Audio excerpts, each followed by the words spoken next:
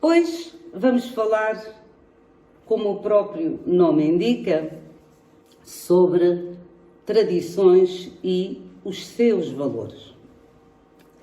Do latim traditio, tradição é a transmissão oral de uma cultura, de bens, costumes, histórias, de geração em geração.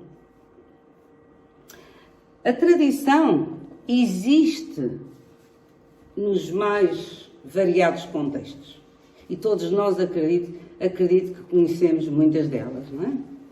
Por exemplo, pode haver uma tradição familiar, que é aquela quando algo é passado de pai para filho, de filho para neto e por aí adiante. Uma tradição bastante conhecida é a tradição dos esquimós. Este povo, que existe desde a pré-história, são um povo nómada que não pertence a nenhuma nação. Vivem em casas de gelo, em locais com temperaturas que chegam a atingir os 45 graus negativos. E normalmente estão localizados no leste da Sibéria, no norte do Alasca, do Canadá e da Groenlândia. E como eu disse no início, as tradições são muito variadas. Quase todos nós praticamos algumas. Tradições essas que muitas vezes até nem concordamos com elas. É ou não é verdade? E conhecemos outras que ainda se usam. Temos, por exemplo, o bacalhau do Natal, que muitas pessoas apreciam, porque é Natal, mas também há aquelas que abominam, mas comem porque é Natal, para fazer companhia à família. Almoçar em casa dos pais e dos sogros ao domingo. Para muitos é um sacrifício, exatamente. É tanto para os mais novos como para os mais velhos. Muitas vezes é um fardo pesado e às vezes até desagradável. Quantos e quantos não vão aos almoços da família e vêm para casa chateados, por alguma razão? Vestir-se de preto durante o luto, que ainda se pratica muito, um bocado por todo o lado, ou até comer ovos de Páscoa, como é a altura em que nós estamos. Então, resumidamente, as tradições são, de um modo geral, manifestações de costumes arraigados. Costumes esses que são conservados pelo facto de serem considerados valiosos aos olhos da sociedade. E que pretende essa sociedade incutir às novas gerações também. Quando optamos por fazer algo de forma tradicional, a mensagem que nós passamos é que não desejamos correr riscos. Estamos ali, fazemos aquela tradição e dispensamos assim os possíveis métodos inovadores que alguém nos possa vir apresentar. Eu cumpro a tradição, faço a tradição, portanto, se o outro vier, eu não vou dizer que sim, porque é tradição. E porquê é que nós agimos desta maneira? Podemos fazer esta pergunta a nós próprios. Porque existe muita pressão externa e interna sobre nós. E é neste ponto que eu vos convido a refletirmos em conjunto sobre este assunto. É sabido, todos nós sabemos, que as grandes inovações científicas e tecnológicas que hoje contribuem para o nosso bem-estar, para o nosso melhoramento, partiram, em primeiro lugar, de ideias de indivíduos que ousaram romper os antigos paradigmas nas suas áreas de atuação. Porque eles queriam experimentar novas coisas. E chegados até este ponto que vos falo, vem naturalmente a pergunta inevitável. Então, qual é o valor da tradição? Qual será esse valor? Segundo os estudiosos da matéria, e até os sociólogos, sobre este assunto, costumes e tradições são válidos enquanto servirem à boa instrução intelectual e moral das pessoas. Entretanto, perdem o seu valor quando estas práticas corriqueiras, porque às vezes são mesmo só corriqueiras, passam apenas a refletir um amontoado de superstições tolas e fantásticas. E um mundo, que nós também sabemos que há, preconceituoso do agir e do pensar recalcitrante de tantas pessoas desavisadas. E nós, com certeza, conhecemos este tipo de situações. Mas é óbvio que nós devemos respeitar as tradições. Essas tradições, para aquelas pessoas, têm o seu valor ou não.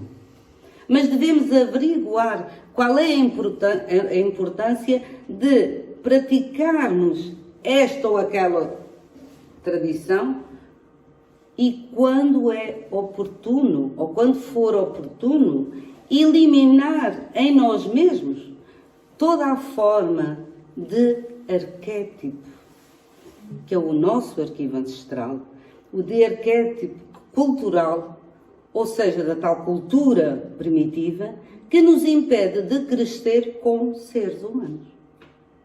Porque nós estamos aqui para evoluir. Estamos, mais uma vez, em vésperas, ou às vésperas, como queiram, de mais uma Páscoa.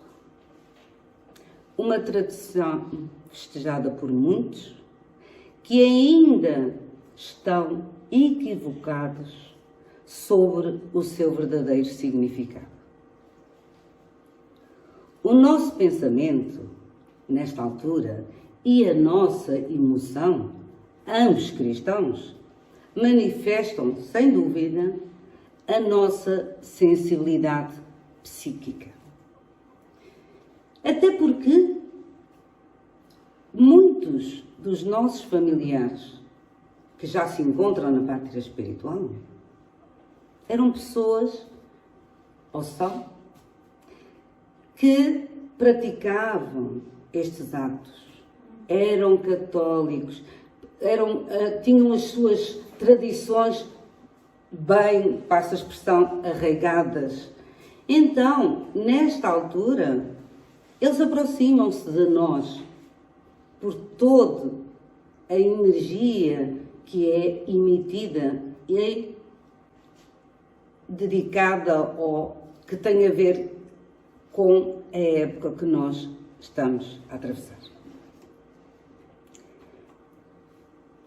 Nesta época, muitas pessoas não comem carne. Não comem carne, vamos lá, às sextas-feiras e na Sexta-feira Santa. A chamada Sexta-feira da Paixão, além de não comerem carne, também fazem jejum. Isso ainda existe. Habitualmente, nesta como em outras épocas festivas, é do vosso conhecimento, com certeza, que os jornalistas têm de fazer programas, não é? Muitas vezes entrevistam as pessoas na rua sobre as coisas. Vê-se muito isto nestas épocas. E eu já assisti a alguma dessas entrevistas, embora seja uma pessoa de ver pouca televisão, mas já assisti, como eu estava a dizer, a algumas dessas entrevistas. E a pergunta é invariavelmente a mesma. O senhor A, ou a senhora B, ou a família sabem o que é Páscoa? Comem carne na Sexta-feira Santa? E para mim, sinceramente, sem me causar qualquer surpresa, a maioria responde que a Páscoa é uma tradição da Igreja, que celebra a morte de Jesus. Até aí, vai bem. E que não come carne no referido feriado, por se tratar de uma tradição católica. E depois dizem assim, então, mas já pensou em mudar? Não. Eu sigo porque a minha mãe segue, a minha avó segue, e assim se justifica, a minha tia também diz que é assim, e assim se justificam todos os entrevistados. Praticamente todos. Porém, o motivo da tradição, para a maioria, continua a ser uma incógnita. Vamos, por exemplo, ver algumas coisas sobre a tradição da Páscoa. A figura do coelho da Páscoa, tão comum no Ocidente, tem a sua origem no culto à deusa nórdica de fertilidade, Jefssan, que era representada por uma lebre e não por um coelho. Daí a razão de vocês estarem a ver ali uma lebrezinha pequenina que eu pus lá, que era para fazer a comparação entre a lebre e o coelho. Daí o motivo do coelho, apesar de ser um mamífero, e todos nós sabemos que não põe ovos, não é? É verdade? Devido à sua notória capacidade de reprodução, tornou-se símbolo da fertilidade e assumiu o papel de predator e entregador dos ovos da Páscoa. Interessante a história, não é? Já o ovo representa o aparecimento da vida e a origem do mundo. Daí a sua relação com a ressurreição de Cristo e a Páscoa. Tudo tem os seus significados. A tradição do chocolate. Sabe bem, não é? A tradição do chocolate começou com os maias e os astecas, no ano 600 a.C. E isso aconteceu nas regiões tropicais da América do Sul e na América Central, mais precisamente onde ficam atualmente o México e a Guatemala, portanto por ali, por aquelas zonas. Naquela época as pessoas cultivavam o cacau, que ainda se cultivam nesses países, não é? E ele era usado para elaborar uma bebida fermentada e amarga. Não é por acaso que hoje em dia até se diz-se, está pelo menos provado, não é? Que o chocolate amargo é mais saudável. Portanto, nesta altura, naturalmente não tinha aditivos. Ele era purinho e, portanto, eles faziam aquela bebida. Porque era uma bebida. Faziam aquela bebida que era quente e que lhes dava energia. Chegado o século XX, aparecem os bombons e os ovos da Páscoa. Foi nessa altura que eles foram criados com mais uma forma de estabelecer, de uma vez por todas, digamos assim, o consumo do chocolate. É na altura, realmente do século XX, que eles aparecem em força. Embora as nossas crianças, e até nós, os adultos, não é? Há bocadinho vi alguém, quando falei em chocolate, dizer Embora as nossas crianças e até nós, os adultos, não consigamos ficar sem o chocolate, não é? Porquê que nós não conseguimos ficar sem o chocolate? Não é só porque nós gostamos dele, nós gostamos, é verdade, mas é pela forte influência do consumismo da data. Nós até, por vezes, até nos sentimos mal se não damos um chocolatinho a uma pessoa nesta data. Portanto, nós estamos embrenhados, digamos assim, nesta situação.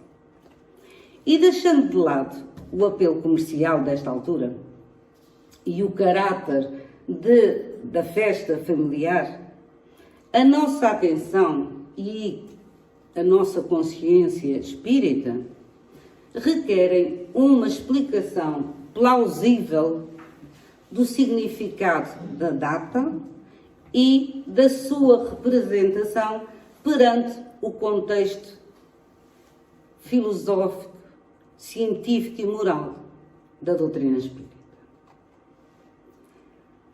Historicamente, a Páscoa é a junção de duas festividades muito antigas e que eram comuns entre os povos primitivos e festejada pelos judeus. Portanto, todos festejavam. A origem da palavra Páscoa é judaica. Pesach, que significa passagem em hebraico. E era festejada pela altura da primavera. Simbolizava a comemoração da libertação do povo hebreu na época de Moisés. É daí passagem em hebraico. Ora, por esta explicação, como podemos perceber, é evidente, e está bem aos nossos olhos, de que a Páscoa já era uma festa cultural muito antes de Jesus. Sempre existiu. Mas acontece uma coisa que é a seguinte: como a crucificação e a morte física de Jesus aconteceu pela altura da celebração da Páscoa, da Páscoa acrescente judaica, porque a Páscoa é judaica, no ano 33 da nossa era. Foi aí que aconteceu a morte física de Jesus. As igrejas romana e ortodoxa adotaram a mesma época para festejarem a Páscoa católica. Esta Páscoa, como nós sabemos, é conhecida vulgarmente como uma referência à ressurreição de Jesus após a sua morte na cruz. E isto está escrito em Mateus 28, em Marcos 16, Lucas 24, etc, etc. Portanto, faz parte da história. Para a doutrina espírita, não há a chamada Semana Santa, Sexta-feira Santa, Sábado da Aleluia, ou o Senhor Morto, ou o Domingo de Páscoa. Trata-se de um feriado e prática católica e, portanto, não existem razões para a adesão de qualquer tipo ou argumento para estas práticas.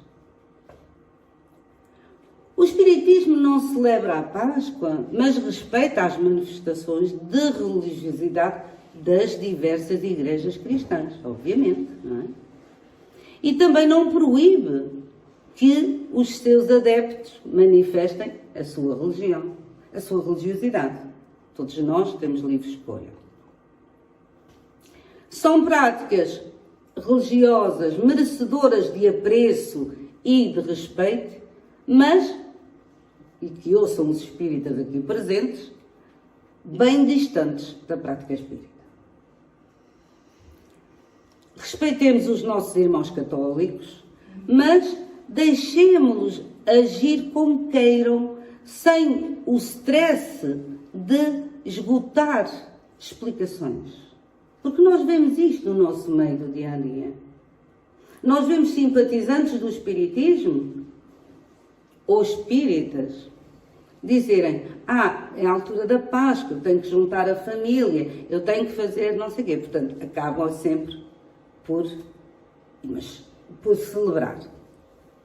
E os espíritas, como eu estava a dizer, afinados com a proposta do Cristo vivo, porque é isso que para nós conta, não têm por que se apegar ou preocupar-se com estas questões.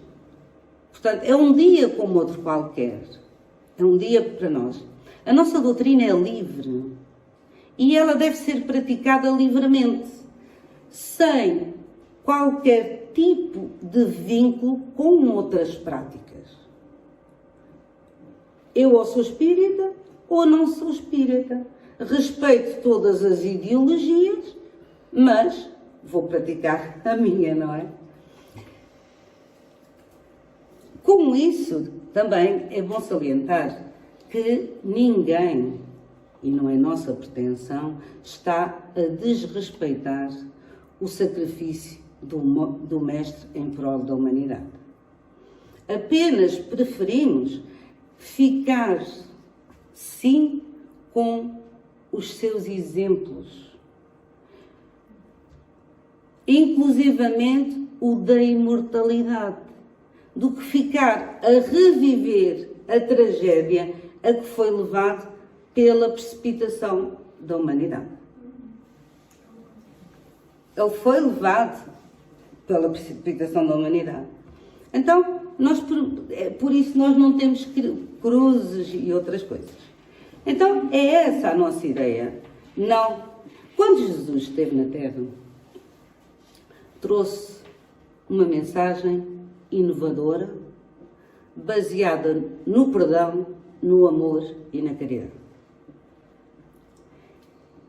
E para aquele povo tão materialista que era e primitivo, sabemos que foi muito difícil aceitarem um novo Messias manso e pacífico.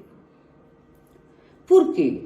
Porque eles estavam à espera que ele fosse um líder guerreiro e libertador da escravidão. E os governantes da época temiam que ele fosse um revolucionário que pudesse vir a pôr em risco o poder por eles constituído. E como tal, nós sabemos qual foi o resultado. Jesus foi condenado à morte e crucificado por ser a maneira pela qual os criminosos eram executados naquela altura. Não foi para sacrifício, não foi por nós que ele foi ficar preso numa cruz. Não foi por isso. Naquela altura, era a forma como os criminosos eram executados. Portanto, era uma prática da época. O Espiritismo tenta e procura sempre manter-se em sintonia com os fundamentos científicos. E afirma, Allan Kardec, que se em qualquer ponto da doutrina estiver errado e for rejeitado pela ciência de forma comprovada, esse mesmo ponto será modificado. Porquê? Porque a doutrina espírita acompanha a ciência e é uma doutrina dinâmica. E dentro deste preceito, para os espíritas, a vida imaterial é inesgotável. E a morte existe apenas fisicamente. Porquê é que ela é inesgotável? Porque nós iremos voltar, através da reencarnação, as vezes que forem necessárias para a nossa evolução. Quanto à questão da ressurreição para nós espíritas, Jesus apareceu a Maria de Magdala e aos discípulos o que houve, a sua aparição foi feita pelo seu corpo espiritual.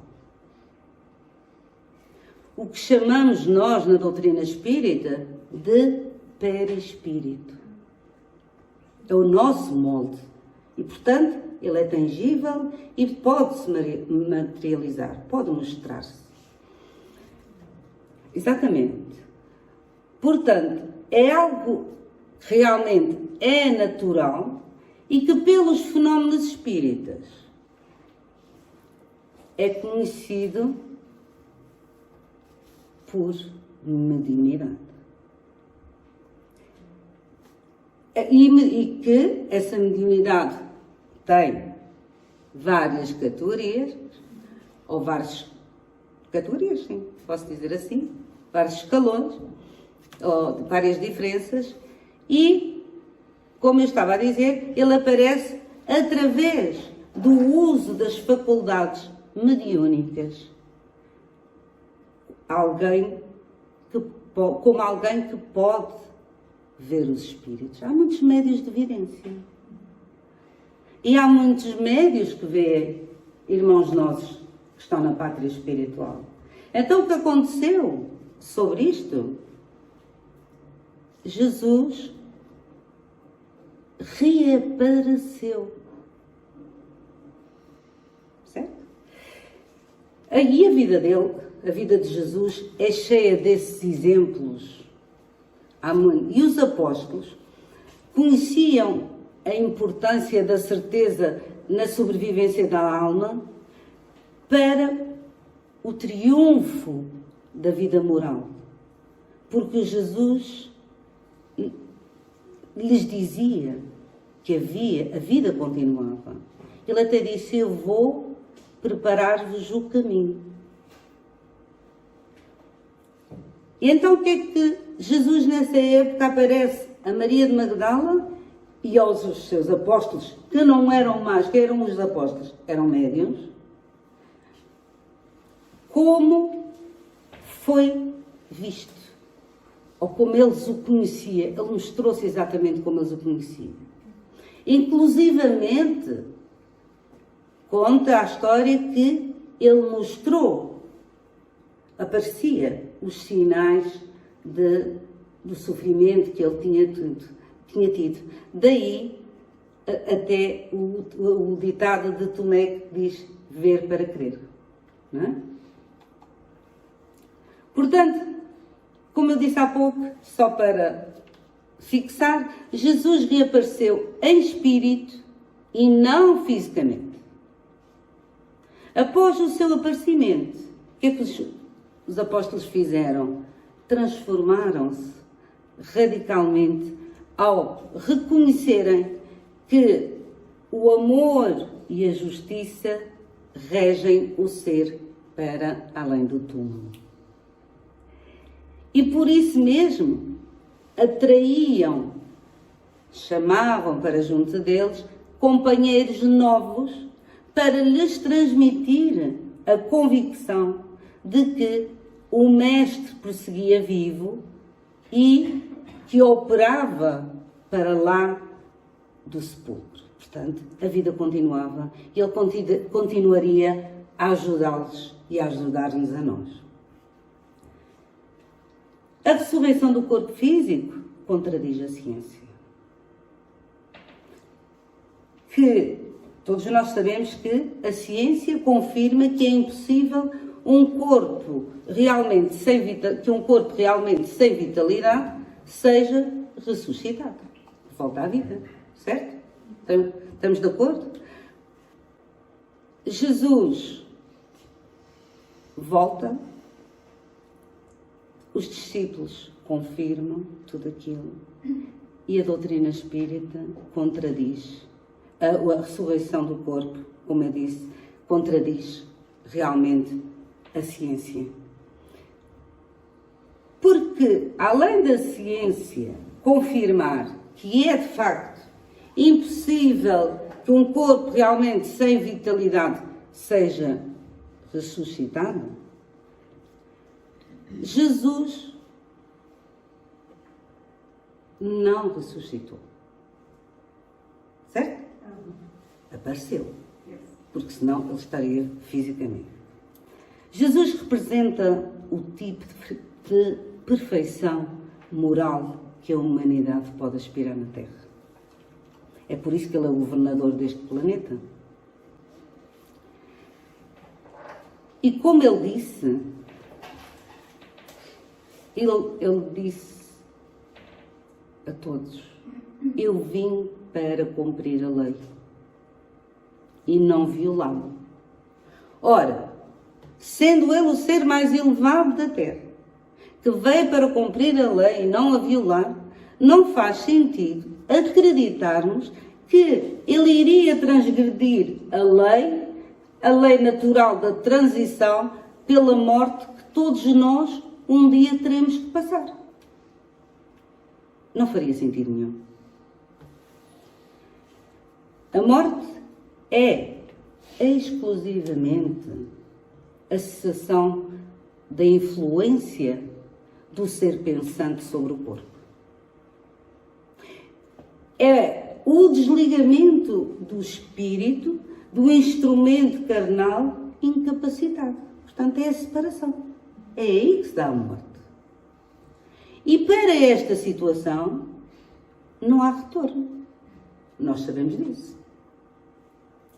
Um corpo efetivamente morto, com desconexão do espírito, não volta à vida. E a sua decomposição começa imediatamente após a morte.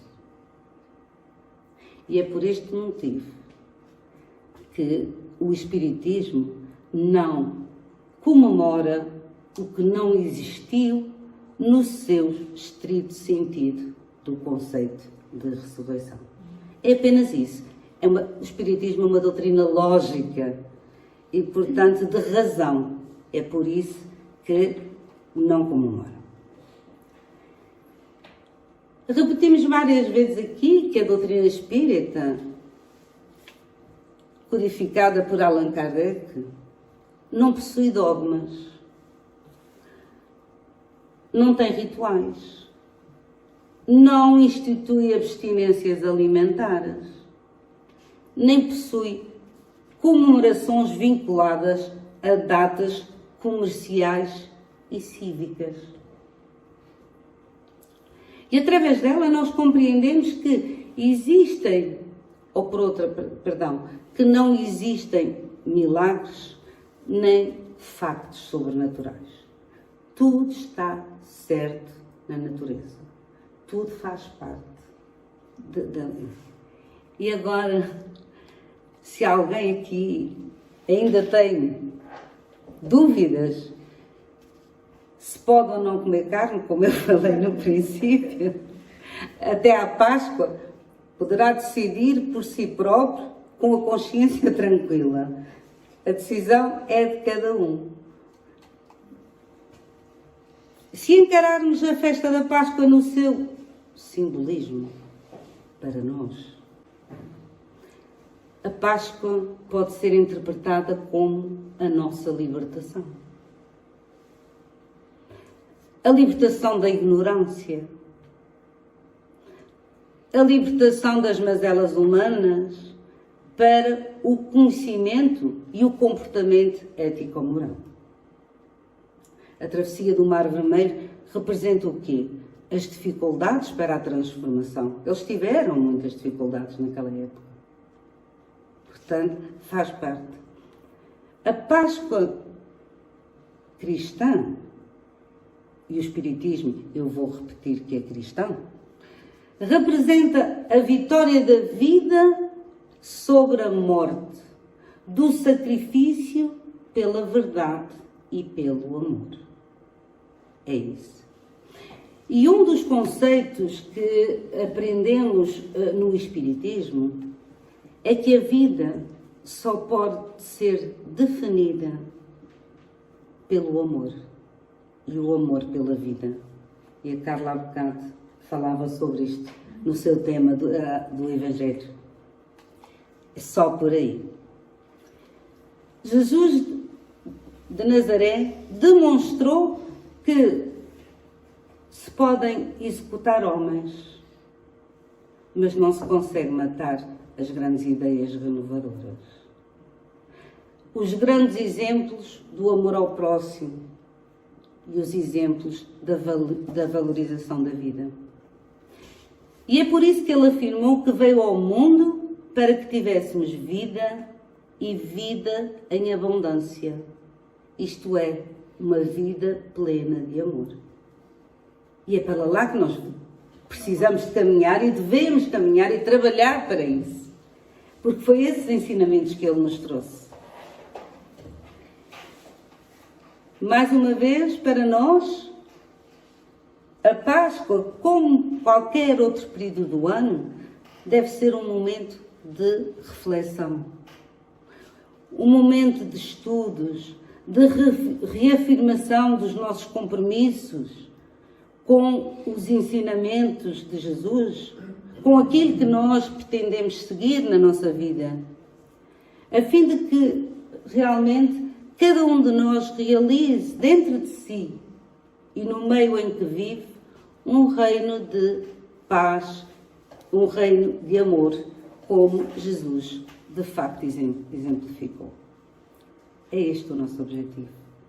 Então, aproveitemos, para quem não celebra a Páscoa, aproveitemos para meditar, ler, aprender algo mais e pensarmos naquilo que queremos para o nosso futuro. E eu, quando falo no nosso futuro, falo no futuro da humanidade. E, portanto, nós somos todos irmãos e fazemos todos parte desta grande família. Então, que desta forma todos nós possamos receber, nesta época, como em todas as outras, muita luz, muita paz de Jesus e do nosso Pai Celestial.